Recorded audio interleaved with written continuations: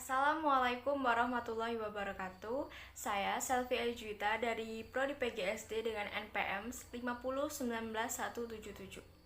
Di sini saya akan menjelaskan tentang model dan prinsip pengembangan kurikulum. A. Model pengembangan kurikulum. Model pengembangan kurikulum yaitu langkah atau prosedur sistematis dalam proses penyusunan suatu kurikulum. Dengan memahami esensi model pengembangan kurikulum dan sejumlah alternatif model pengembangan kurikulum, para pengembang kurikulum diharapkan akan bisa bekerja secara lebih sistemik, dan optimal. Sehingga harapan ideal terwujudnya suatu kurikulum yang akomodatif dengan berbagai kepentingan seperti teori dan praktik bisa diwujudkan. Pertama, Robert Zeiss dalam bukunya Kurikulum, yaitu Principle and Foundation, mengemukakan berbagai model pengembangan kurikulum yang secara garis besar diutarakan. Yang pertama, model administratif. Yang kedua, model dari bawah atau grassroots. Dua, model pengembangan kurikulum benchmark. Ia mengemukakan bahwa menetapkan wilayah atau area yang akan melakukan perubahan suatu kurikulum dan menetapkan personalia, yaitu pihak-pihak yang akan terlibat dalam proses pengembangan kurikulum. Yang ketiga, model terbalik Hilda Tabah. Model ini dimulai dengan melaksanakan eksperimen, diteorikan, kemudian diimplementasikan.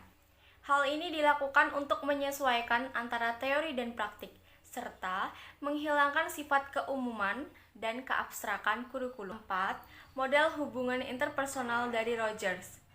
Kurikulum yang dikembangkan hendaknya dapat mengembangkan individu secara fleksibel terhadap perubahan-perubahan dengan cara melatih diri berkomunikasi secara interpersonal. Yang kelima, model action research yang sistematis. Faktor-faktor yang perlu dipertimbangkan dalam penyusunan kurikulum yaitu adanya hubungan antara manusia, keadaan organisasi sekolah, situasi masyarakat, dan ilmu pengetahuan. B. Prinsip pengembangan kurikulum. Macam-macam prinsip ini dibedakan menjadi dua kategori. Yang pertama, prinsip umum. Yang kedua, prinsip khusus. Prinsip umum biasanya digunakan di dalam setiap pengembangan kurikulum dimanapun. Dan prinsip khusus artinya prinsip yang hanya berlaku di tempat tertentu dan di situasi tertentu. Prinsip umum di antaranya yaitu yang pertama, prinsip berorientasi pada tujuan.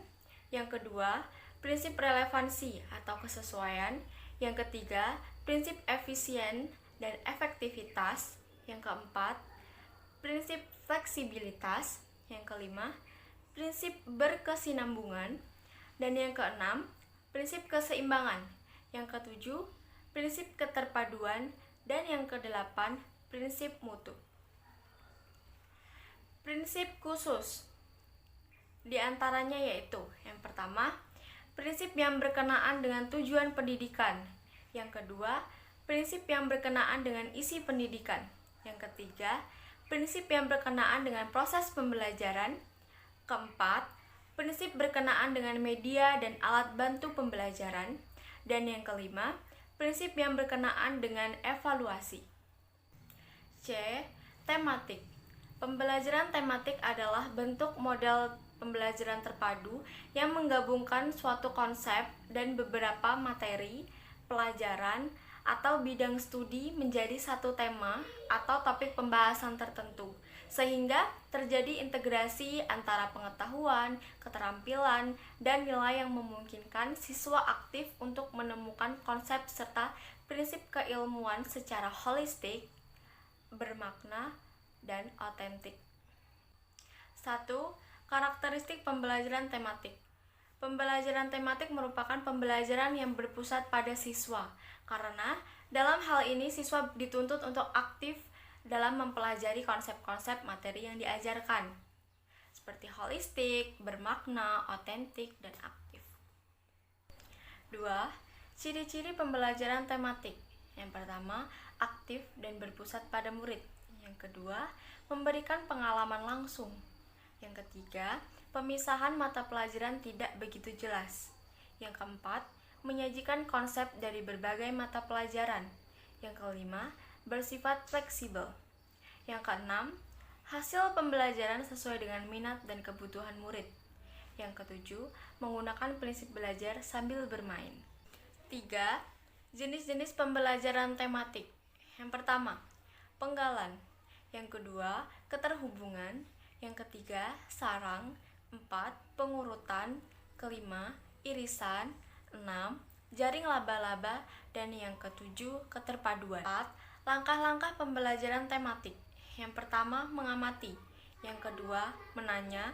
Yang ketiga, mengumpulkan informasi atau eksperimen. Yang keempat, mengasosiasi atau mengolah informasi.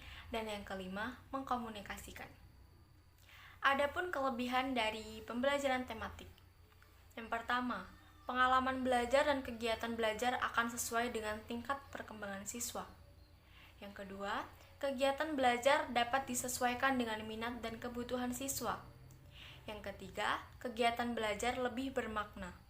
Dan yang keempat, mengembangkan keterampilan berpikir dan keterampilan sosial siswa.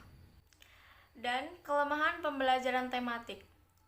Pembelajaran tematik mengharapkan guru memiliki wawasan luas, kreativitas tinggi, percaya diri, dan kemampuan handal untuk menggali informasi dan pengetahuan terkait materi. Tanpa kemampuan guru yang mumpuni, pembelajaran tematik akan sulit diterapkan. Dan pembelajaran tematik mengharapkan siswa memiliki kemampuan akademik dan kreativitas sehingga keterampilan-keterampilan siswa dapat terbentuk ketika pembelajaran itu dilaksanakan. Itulah tadi yang dapat saya sampaikan.